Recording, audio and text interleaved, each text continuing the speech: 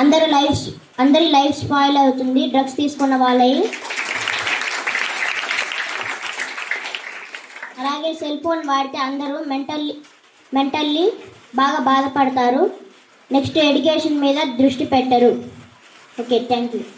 మీరు మీ ఫ్యామిలీ మెంబర్స్తో ఉన్న ఫోన్స్ని పాపం వాళ్ళ అగ్రికల్చర్ వర్క్ చేసుకుంటే మీ ఫోను దాన్ని ఏదేదో డిస్టర్బ్ చేసేసి దాంట్లో తెలియని యాప్స్ అది డౌన్లోడ్ చేసుకొని గేమ్స్ ఆడి పబ్జీ ఆడి చాలామంది వాళ్ళ ప్రాణాలు కూడా పోగొట్టుకోవడం జరిగింది. అవునా? జరిగిందా? తెలుసా మీకు ఈ విషయము? సోషల్ మీడియాలో వచ్చిందా, పేపర్కి వచ్చింది, టీవీలలో వచ్చింది, ఓల్డ్ సిటీలో ఇష్యూస్ అయినాయి, కొన్ని నార్త్ స్టేట్స్లో కూడా ఇష్యూస్ అయినాయి, చనిపోయిన పిల్లలు. తెలుసా మీకంతా? సో అట్లా మనము తెలియకుండానే మనము దానికి అడిక్ట్ అయిపోయి మన మానవ జీవితాన్ని నాశనం పట్టించుకుంటున్నాం.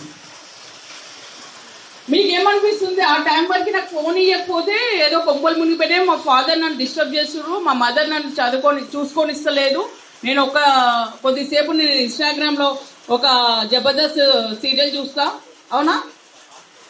లేకపోతే ఏదన్నా టిక్టాక్ ప్రోగ్రామ్ చూస్తా, సంథింగ్ నేను నా ఫ్రెండ్స్తో చిట్ చాట్ చేస్తా. ఈ యాంగిల్లో మీరు ఆలోచిస్తున్నారు కానీ దాని నుంచి మీకు ఎంత నష్టం జరుగుతుంది అనేది మీకు తెలియట్లేదు. మీకు ఇష్టమైనది ఎవరైనా ఇవ్వకపోతే ఆ మనసుకు బాధ అనిపిస్తుంది, కానీ దాని నుంచి నష్టం జరుగుతుందని పెద్దవాళ్ళు చెప్పినప్పుడు దాన్ని కంట్రోల్ చేసుకోకపోతే మీరు ఇప్పుడు 16 years లోపు ఉన్న వాళ్ళంతా ఆఫ్టర్ అంటే మీరు 70 years వరకు అంటే ఒక 50 years మీరు బాధపడాల్సిన రోజులు ప్రతిరోజు ఉంటుంది. ఇప్పుడు మీరు మంచిగా బుక్స్ మీద కాన్సన్ట్రేషన్ పెట్టి బుక్కు సంబంధించి మీ సార్ వాళ్ళు చెప్పే సబ్జెక్ట్ మీద మీరు నాలెడ్జ్ పెట్టేసి మీరు రోజు మీ సార్ వాళ్ళు సైన్స్, మ్యాథ్స్, ఇంగ్లీష్ని ఎట్లా ఇంప్రూవ్ చేసుకోవాలి, దానికి సంబంధించి ఇంగ్లీష్ పేపర్స్ ఎట్లా చదవాలి, స్పెల్ బీ ఎట్లా చేయాలి, గ్రామర్ మిస్టేక్స్ లేకుండా ఎట్లా చేయాలని నిరంతరం దాని మీద కష్టపడితే దాని మీద ఒక మంచి నైపుణ్యం సాధించడానికి అవకాశం ఉందా? గట్టిగా చెప్పట్లా?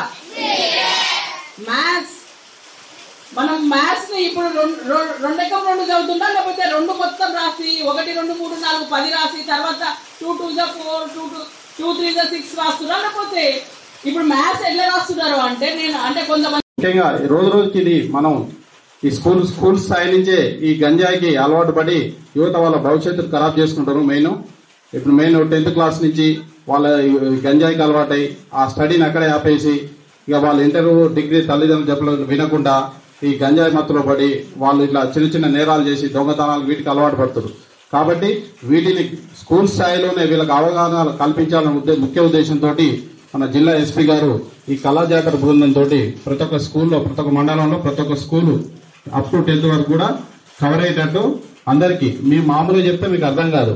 కాబట్టి కళాజాతర బృందంతో వాళ్ళు ఆట పాటలతోటి మీకు ఏ విధంగా మీ మైండ్కి చేతో ఆ విధంగా వీటి మీద అవగాహన కోసం వాళ్ళు వచ్చి వాళ్ళ పాటలతోటి మీకు అందులో జరిగే ఈ డ్రగ్స్ మరియు సైబర్ నేలపై వాటిపై అంటే ఏ విధంగా వాటి జోలికి పోవద్దు, అవి జరిగితే ఏ విధంగా ఉండాలనేది అవగాహన కోసం మీకు ఈ పాటల ద్వారా చెప్తున్నారు.